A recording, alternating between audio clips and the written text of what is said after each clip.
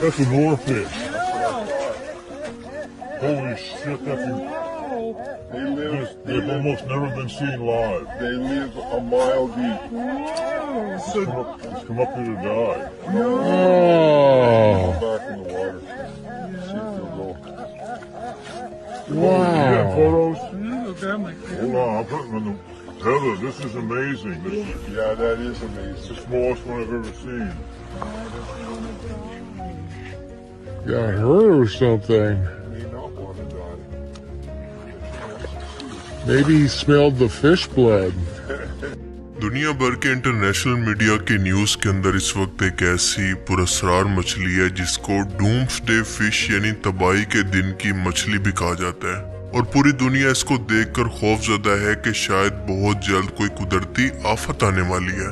पर सवाल है कि क्यों? आइए इसको समझते हैं। हाल ही में इस मछली को मेक्सिको मुल्क के साहिल पर देखा गया और ये इंतहाई खूबसूरत मछली है जिसको और फिश भी कहा जाता है, क्योंकि इसका जिस्म शीशे की तरह चमकता हुआ दिखाई देता है और इसका साइज छोटे से लेकर 7 मीटर या फिर इससे भी ज्यादा हो सकता है, जिसकी कई नस्लें डीप सी के अंदर पाई जाती हैं। ये 11 मीटर तक भी लंबी हो सकती है। जैसा कि आप इस पिक्चर के अंदर देख सकते हैं कि अमेरिकन नेवी ने मिलकर जिस डूम्सडे फिश को पकड़ रखा है, इसकी लंबाई तकरीबन 7 मीटर के करीब है।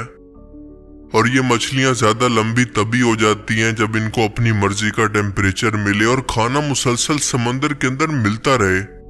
ये मछलियां इंसानों के लिए खतरनाक बिल्कुल नहीं है, क्योंकि इनके दांत ही नहीं होते और ये पानी को फिल्टर करके छोटे छोटे शिकार खाती हैं। फन फैक्ट ये है कि आप अगर अपना पूरा का पूरा हाथ इसके मुंह के अंदर डाल दें या फिर हल के अंदर भी डाल दें तो आपको कुछ भी नहीं होगा, इवन के खराश तक भी नहीं आएगी। ये गैर मामूली और पुरस्कार किस्म की मछली गहरे समंदर के जिस इलाके के अंदर रहती है वहां पर रोशनी बिल्कुल नहीं होती और इसी वजह से इसके बारे में मालूमात इंतहाई कम है और इनको देखना भी इंतहाई रेयर होता है। आमतौर पर ये मछलियां सतह से 660 फुट नीचे या फिर 200 मीटर नीचे पाई जाती हैं, लेकिन ये 3300 फुट या फिर 1000 मीटर की गहराई तक भी देखी जा सकती हैं।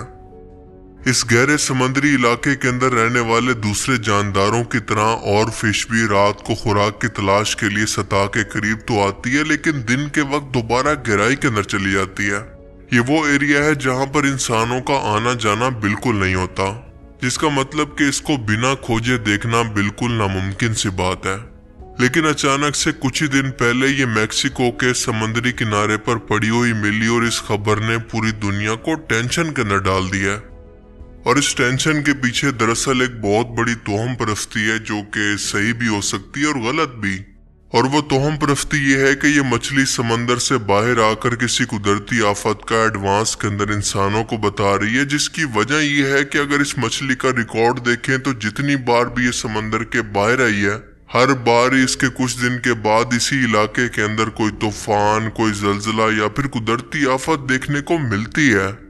और हजारों साल पुराने किस्से कहानियों के अंदर भी यही बयान होता है। खास तौर पर जापान के लोग ऐसा मानते हैं कि ये मछली कुदरती आफत के दौरान निशानी के तौर पर किनारे पर खौफजदा होकर आती है।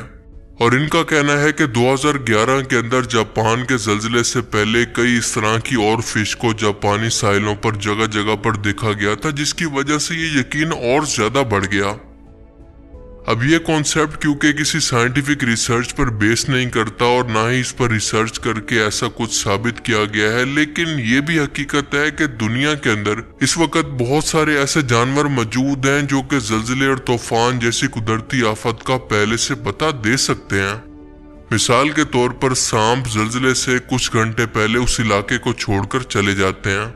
परिंदे भी किसी कुदरती आफत के आने से पहले इस इलाके को छोड़कर हिजरत कर जाते हैं और जानवर खास तौर पर हाथी बेचैन होकर आवाजें निकालकर उस इलाके को छोड़ देते हैं। और इसकी सबसे बड़ी वजह होती है जल्जले और तूफान की वजह से बनने वाली इलेक्ट्रोमैग्नेटिक वेव्स, इंफ्रारेड वेव, जिन्हें इंसानों का जिस्म और कान महसूस नहीं कर सकते, लेकिन जानवर ऐसा कर सकते हैं। और कुछ यही मामला समुद्री जानवरों का भी है, क्योंकि मछलियां जमीन के मैग्नेटिक फील्ड के अंदर मौजूद बदलाव को महसूस कर सकती हैं। जल्जले या आतिशफशान लावा फटने से पहले इस एरिया का मैग्नेटिक फील्ड थोड़ा सा तब्दील होता है, जिसकी वजह से मछलियों का रवैया भी बदल जाता है और वो समुद्री लहरों के बदलाव को भी महसूस कर लेती हैं। जबकि अगर समुद्री तूफान या फिर सुनामी की बात करें तो हवा का दबाव या फिर बायोमेट्रिक प्रेशर तेजी से कम होता है, जिसे परिंदे और मक्खियां महसूस कर लेती हैं। समुद्री जानवरों मसलन डॉल्फिन इस दबाव के अंदर तब्दीली के बाद घबराकर समंदर की गहराई के अंदर चली जाती हैं। इसके अलावा आतिशफशां फटने से पहले चाहे वो समंदर के नीचे हों या फिर जमीन पर, कुछ गैसेस खारिज होती हैं जिनको समुद्री जानवर तो समंदर के अंदर जबकि जानवर जमीन पर सूंघ सकते हैं। लेकिन साथ साथ आपको ये बताता चलूं कि इन तमाम जानदारों की सर्वाइवल का तरीका है जो कि 100% एक्यूरेट भी नहीं हो सकता। सो ये मुमकिन है कि और फिश भी समंदर के नीचे मौजूद जमीनी प्लेटों की हरकत से पैदा होने वाली इलेक्ट्रोमैग्नेटिक वेव्स को महसूस कर सकती हो।